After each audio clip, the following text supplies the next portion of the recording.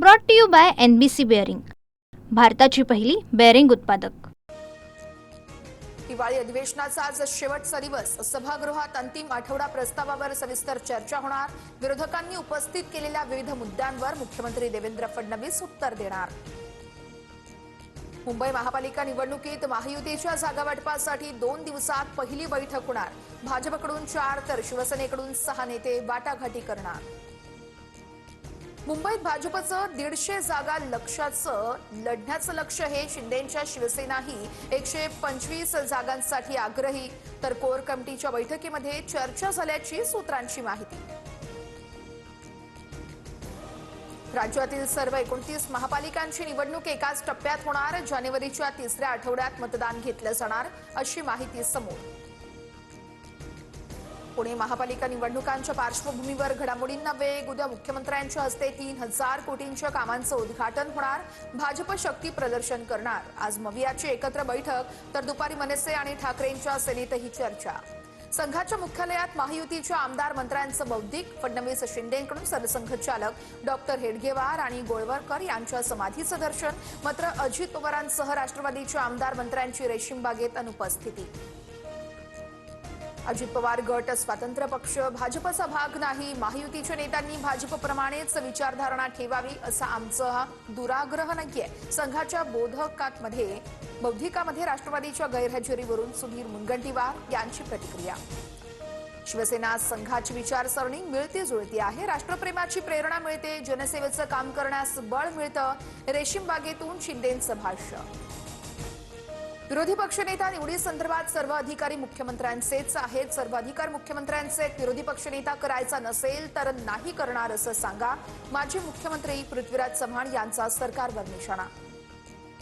पृथ्वीराज चव्हाण यांचं विधान बालिश आहे। ज्यांचं कराडमध्ये अस्तित्व नाहीये अशा लोकांनी पंतप्रधानांवरती बोलणं हा या वर्षातील सगळ्यात बिगेस्ट जोक आहे। आशिष शेलार यांची टीका। देशाच्या राजकारणामध्ये 19 डिसेंबरला मोठी घडामोड घडणार। कदाचित भारताचे पंतप्रधानही बदलतील, पृथ्वीराज चव्हाण यांचा मोठा दावा। इस्रायली गुप्तहेराच्या स्टिंग ऑपरेशनमुळे अनेक जण अडचणीत येण्याची शक्यता वर्तवली। पराभव झाल्यापासून पृथ्वीराज चव्हाण यांना स्वप्न पडतायत। पंतप्रधान पदाच्या दाव्यावरती प्रसाद लाड यांची टीका। तर चव्हाण राष्ट्रीय नेते, त्यांच्या बोलण्याला अर्थ असावा। सचिन अहिर यांचं भाष्य। शालेय पोषण आहारामध्ये 1800 कोटींचा घोटाळा। टेंडरमध्ये 134 किलोच्या वाटाण्याचा उल्लेख। मात्र विद्यार्थ्यांना 30 रुपये किलोचा वाटाणा दिला जातोय। ठाकरेंचे आमदार कैलास पाटील यांचा गंभीर आरोप। अहिल्यानगरमधील नरभक्षक बिबट्याला ठार करण्याचे आदेश। संगमनेरच्या जवळ कडलक या गावामध्ये बिबट्याच्या हल्ल्यात 4 वर्षीय चिमुकल्याचा मृत्यूनंतर निर्णय। कालपासून वनविभागाकडून शोध मोहीम सुरू। उसाच्या शेतात पाय तोडलेल्या अवस्थेमध्ये मादी बिबट्याचा मृतदेह सापडला। 18 नखही गायब। साताऱ्याच्या मत्यापूरमधील बरड शिवारात खळबळ। बिबट्याचा मृत्यू अंदाजे 3 ते 4 दिवसांपूर्वी झाल्याचाही अंदाज। सातारा ड्रग्ज कारखाना प्रकरणी महत्वाची अपडेट समोर। कारखाना उभारलेली जमीन गोविंद बाबाजी सिंदरकर यांच्या मालकीची। सिंदरकरांनी जमीन सद्दाब अब्बास सय्यद याला भाड्यानं दिली होती। मुंबई पोलिसांची माहिती समोर।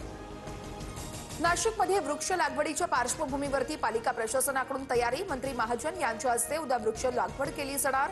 तर मखमलाबाद परिसरामध्ये पहिल्या टप्प्यात 500 झाडं लावली जाणार।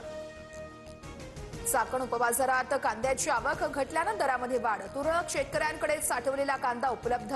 पुढील काळात मोठी घसरण, यावेळेस या दरामध्ये मोठी वाढ होण्याची देखील दाट शक्यता।